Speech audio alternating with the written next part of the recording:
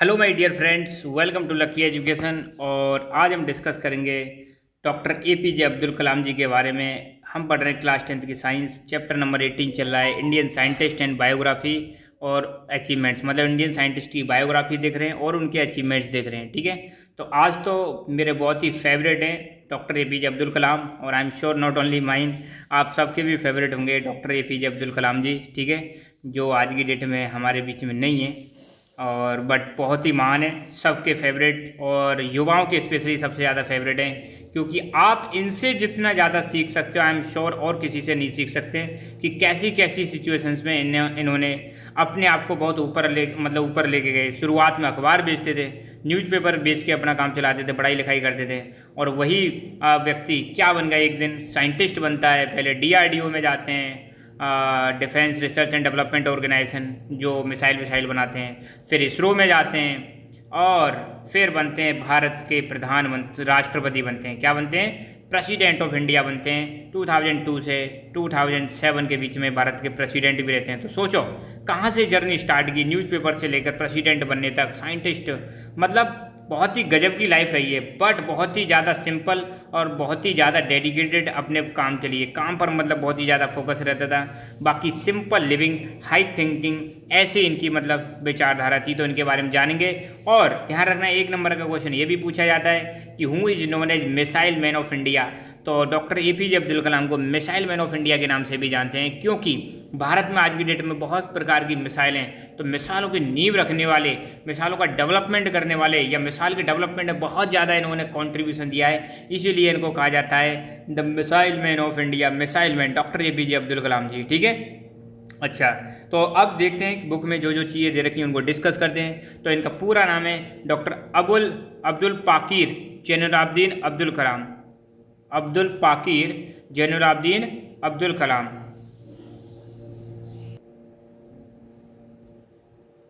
तो इनका जो जन्म हुआ था, इनका जन्म हुआ था 15 अक्टूबर 1931 में इनका जन्म हुआ था। जन्म कहाँ हुआ था? तमिलनाडु जो राज्य है हमारा भारत का, साउथ इंडिया में, ये साउथ इंडिया है, यहाँ पे जो राज्य है वो तमिलनाडु है। तमिलनाडु में एक जगह है रामेश्वरम, और रामेश्वरम में एक जगह है धनुषकोडी। तो धनुषकोडी नाम की जगह पर डॉक्टर एपीजे अब्दुल कलाम जी का जन्म हुआ था। इनके पिताजी का नाम था जैनुलाब्दीन और इनकी माता जी का नाम था आशियम्मा। ठीक है, जैसे ही मतलब इन्होंने अपनी प्राइमरी एजुकेशन फिनिश की, तो इन्होंने अपनी प्राइमरी एजुकेशन रामेश्वरम से फिनिश की थी। उसके बाद एक नियर बाई एक टाउन था, उसका नाम था रामानाथपुरम, यहाँ पर ये जाते हैं और यहाँ पर एक स्कूल में जाते हैं जिसका नाम है स्वार्ज हायर सेकेंडरी स्कूल। ठीक है, और यहाँ पर ये एक टीचर से बहुत ज़्यादा प्रभावित होते हैं, इयादुरई सोलोमन। किससे प्रभावित होते हैं? इयादुरई सोलोमन, इनसे बहुत ही ज़्यादा प्रभावित होते हैं। कौन प्रभावित होते हैं?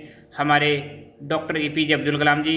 और ये हमेशा इनकी टीन टीचिंग थी। इनके अनुसार सोलोमन जी के अनुसार, जो इनके टीचर थे, इनके अनुसार अगर किसी व्यक्ति को लाइफ में सक्सेसफुल होना है, ध्यान देना, आप भी इनको मतलब अपना सकते हो, अगर किसी व्यक्ति को अपनी लाइफ में सक्सेसफुल होना है तो उसके लिए तीन चीज़ बहुत ज़्यादा ज़रूरी है। नंबर एक, विल पावर। विल पावर का मतलब है कुछ करने की शक्ति। विल पावर मतलब आपका दृढ़ निश्चय। ठीक है, तो विल पावर होनी चाहिए, कुछ करने का हमारे अंदर जज्बा होना चाहिए। जैसे आपको सपोज आप 10th क्लास में, तो आपके अंदर विल पावर होनी चाहिए कि नहीं यार, मुझे तो 10th में 90+ क्रॉस करनी है, या मुझे और भी अच्छी विल पावर की बात करें तो नहीं, मुझे तो राजस्थान टॉपर बनना है। ठीक है, तो ऐसी स्ट्रांग डिजायर होनी चाहिए, विल पावर इतनी स्ट्रांग होनी चाहिए कि यस, क्योंकि जितनी ज़्यादा आपकी स्ट्रांग विल पावर होगी उसी हिसाब से आप क्या करते हो, काम करते हो। अगर आपकी विल पावर कमजोर है तो आप काम ही नहीं करोगे। सिंपल सी बात है, आप सोचोगे नहीं मुझे टॉपर बनना है, तो आप क्यों पढ़ोगे? और जब आपको सोच लिया, एक बार विल पावर आपने सोच ली कि नहीं मुझे तो टॉपर बनना है, तो ऑटोमेटिकली आपका मन कहेगा कि बेटा बिना पढ़े टॉपर नहीं बनोगे, तो आपको मेहनत करोगे। सिंपल सी बात है। तो पहली टीचिंग क्या थी सोलोमन जी की कि भैया विल पावर कैसे होनी चाहिए? स्ट्रांग विल पावर होनी चाहिए। दूसरा, फेथ, अपने ऊपर भरोसा रखो, क्योंकि चीज़ें क्या है, तुरंत नहीं मिलती हैं। आपने विल पावर सोच लिया कि यार मुझे कुछ करना है, मुझे कुछ बनना है लाइफ में, तो भाई पेशेंस रखो, फेथ रखो, अपने ऊपर भरोसा रखो।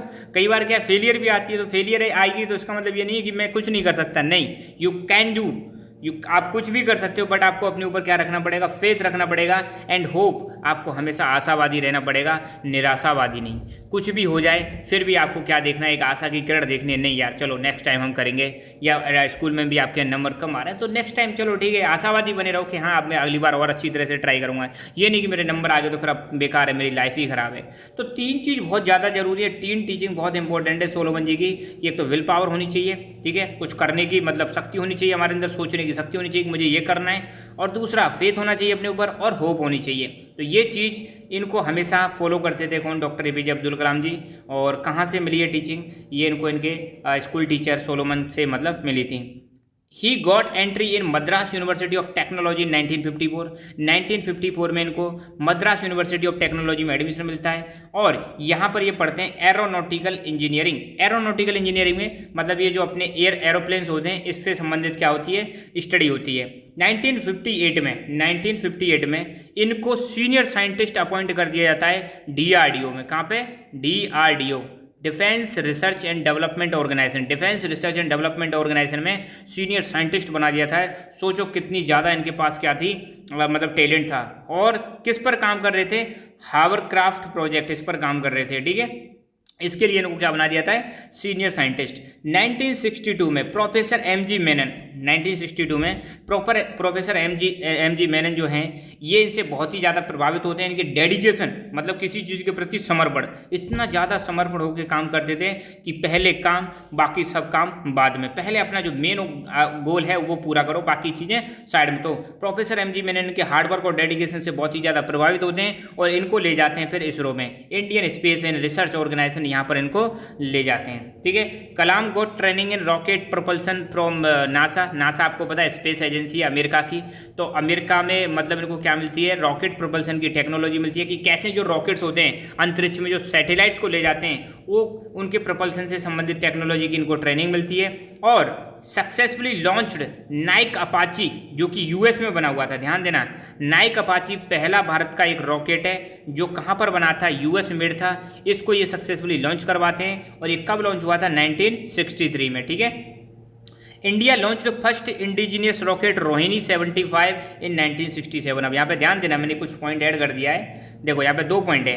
भारत ने अपना खुद का इंडिजिनियस का मतलब स्वदेशी रॉकेट लॉन्च किया था जिसका नाम था रोहिणी 75 1967 में। मगर भारत ने अपना पहला रॉकेट, ध्यान देना यहाँ पर पहला स्वदेशी, मगर यहाँ पे पहला रॉकेट जो था ये नाइक अपाची, ये US मेड था। कहाँ का था, US मेड था। इसको भारत ने 1963 में लॉन्च किया था। और पहला जो रॉकेट था इंडिजिनियस स्वदेशी भारत में निर्मित वो था रोहिणी 75। उसको कब किया था, 1967 में। फिर इनको इंचार्ज बनाया गया था किसका, SLV प्रोजेक्ट है। SLV की फुल फॉर्म है सैटेलाइट लॉन्च व्हीकल। आपने ये देखे होंगे ना, ऐसे इसरो का जब मतलब लॉन्च होता है तो ऐसे मतलब मैं और दिखाता हूँ आपको। ये देखो, ये जो व्हीकल होते हैं इनको हम क्या बोलते हैं, सैटेलाइट लॉन्च व्हीकल।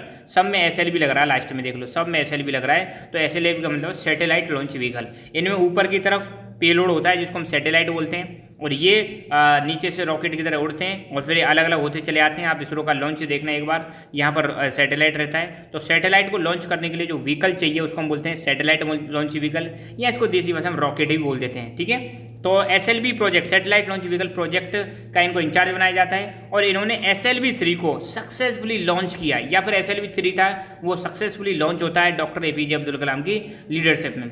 और SLV-3 जो व्हीकल था या सैटेलाइट था, SLV-3 जो व्हीकल था या रॉकेट था, ये ले जाता है किसको, रोहिणी सैटेलाइट। ये है रोहिणी सैटेलाइट। और इस सैटेलाइट को ले जाने वाले लॉन्च व्हीकल का नाम क्या था, SLV-3। तो ध्यान देना, SLV-3 से क्या जाता है, रोहिणी सैटेलाइट जाता है। यहाँ पर रोहिणी रॉकेट है, ये रोहिणी रॉकेट है, इंडिजिनियस रॉकेट रोहिणी 75, ये रोहिणी सैटेलाइट है। ये दोनों में अंतर याद रखना आप, ठीक है।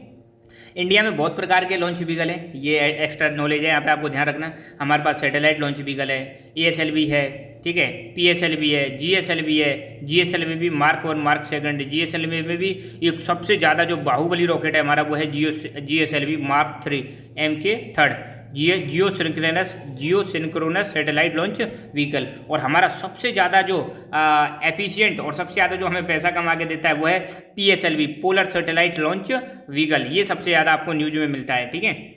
अच्छा, he was made the incharge of integrated guided missile development programme. Bharat ने एक प्रोग्राम चलाया मिसाइल डेवलपमेंट के लिए, उसका नाम था integrated guided missile development programme. इसका इंचार्ज बनाया जाता है डॉक्टर APJ अब्दुल कलाम को। Which enabled India to successfully test fire various missiles. तो ध्यान देना, यहाँ से शुरुआत होती है इंडिया में मिसाइल्स की जर्नी की। तो इंडिया ने एक के बाद एक कई सारी मिसाइल्स को बनाया। तो ये इंटीग्रेटेड गाइडेड मिसाइल डेवलपमेंट जो प्रोग्राम था, इसके अंदर कई सारी मिसाइल्स को सक्सेसफुली टेस्ट किया गया था, जैसे पृथ्वी, अग्नि, त्रिशूल, नाग, आकाश। ठीक है, और इसके बाद इंडिया मतलब एक अलग ही मतलब छवि बन गई पूरे विश्व में। अच्छा, अब हम बात करते हैं न्यूक्लियर टेस्ट की। तो ध्यान देना, न्यूक्लियर टेस्ट हुए थे इंडिया में 2 बार। एक तो हुआ था 1974 में, दूसरा हुआ था 1998 में। ठीक है, एक 1974 में और एक 1998 में। तो पहले जो न्यूक्लियर टेस्ट हुआ था उसके समय ये प्रेजेंट थे, दूसरे में ये मतलब कोऑर्डिनेटर रहते हैं। और सेकंड वाला जो न्यूक्लियर टेस्ट हुआ था उसमें हमारे भारत के प्रधानमंत्री थे अटल बिहारी वाजपेयी जी। ठीक है, और ये हैं हमारे APJ अब्दुल कलाम जी। ठीक है, तो he was present during first nuclear test. तो ध्यान देना, पहला न्यूक्लियर टेस्ट कब हुआ था? 1974 में। कहाँ पर? पोखरण, राजस्थान में जगह है पोखरण, जैसलमेर के पास। यहाँ पे इनका टेस्ट हुआ था, पहला न्यूक्लियर टेस्ट। फिर ये सेकंड जो पोखरण में न्यूक्लियर टेस्ट हुआ था उसमें चीफ प्रोजेक्ट कोऑर्डिनेटर थे 1998 में। इनका बहुत ही ज़्यादा कंट्रीब्यूशन है मिसाइल डेवलपमेंट में, इसलिए इनको बोला जाता है missile man of the India. क्या बोला जाता है? Missile man of the India. और डॉक्टर APJ अब्दुल कलाम को भारत का प्रेसिडेंट भी बनाया जाता है। 2002 से 2007 के बीच में भारत के प्रेसिडेंट भी रहते हैं, राष्ट्रपति रहते हैं, बहुत ही ज़्यादा चहेते राष्ट्रपति थे। और इनको ये अवार्ड मिल चुके हैं, ध्यान रखना, भारत का सर्वश्रेष्ठ अवार्ड भारत रत्न इनको मिल चुका है। सेकंड नंबर का अवार्ड पद्म विभूषण, ये भी इनको मिल चुका है। पद्म भूषण ये भी मिल चुका है। तो ध्यान देना, इंडिया में जो सबसे हाईएस्ट रैंकिंग का अवार्ड होता है भारत रत्न, दूसरे नंबर पर पद्म विभूषण, तीसरे नंबर पर पद्म भूषण, चौथे नंबर पर पद्मश्री। तो ये 3 हाईएस्ट रैंकिंग के अवार्ड हैं, तीनों के तीनों किसको मिल चुके हैं? डॉक्टर APJ अब्दुल कलाम जी को मिल चुके हैं। इंडियन गवर्नमेंट ने इनको सम्मानित किया है इन अवार्ड से। ठीक है, और फाइनली 27 जुलाई 2015 में हार्ट अटैक आने की वजह से IIM शिलोंग, एक मैनेजमेंट का इंस्टीट्यूट है IIM शिलोंग, शिलोंग मतलब मेघालय, और यहाँ पर इनकी क्या हो जाती है? हार्ट अटैक आने की वजह से इनकी डेथ हो जाती है। तो यहाँ पर हमारे भारत के बहुत ही अनमोल रत्न, इनको हम खो देते हैं। ठीक है, तो बहुत ही मतलब शानदार पर्सनैलिटी हैं। तो मैं चाहता हूँ आप सब लोग इनकी लाइफ से कुछ ना कुछ सीखें, और आप भी कलाम बनने की कोशिश करें। क्या बनने की कोशिश करें? ताकि मतलब एग्जैक्ट नहीं तो मतलब कहीं ना कहीं तो इनके आसपास पहुँच सकें, सो दैट आप भी अपने देश के लिए क्या दे सकें? कुछ ना कुछ कंट्रीब्यूशन दे सकें, कुछ ना कुछ योगदान दे सकें। तो हमारी ऐप आ चुकी है प्ले स्टोर पर, जिसका नाम है लक्की एजुकेशन। इसको डाउनलोड करो, इंस्टॉल करो, और यहाँ पे बहुत सारे वेरियस स्मार्ट कोर्सेस हैं, घर बैठे अपनी पढ़ाई करो। साथ के साथ हमारा टेलीग्राम चैनल है लक्की एजुकेशन, इसको आप ज्वाइन कर सकते हो। ये हमारे बहुत सारे स्मार्ट कोर्सेस हैं। Class 10th RBSE English medium के लिए 6 की 6 सब्जेक्ट अवेलेबल हैं, मात्र 2000 रुपये में आपको अफोर्डेबल एंड क्वालिटी एजुकेशन यहाँ पे मिलेगी। तो डेमो वीडियोज आप चेक कर सकते हो ऐप पर जाकर। तो बस आज के लिए इतना ही, और इतना ही क्या, अपना चैप्टर पूरा क्या हो जाता है? फिनिश हो जाता है। तो ये साइंटिस्ट वाला चैप्टर है, पूरा फिनिश हो जाता है। बाकी बहुत सारे चैप्टर हमने करा दिए, और जो भी रिमेनिंग है वो भी फिर धीरे धीरे उनको भी करा दिया जाएगा। तो तब तक के लिए खुश रहो, मुस्कुराते रहो। जय हिंद, जय भारत।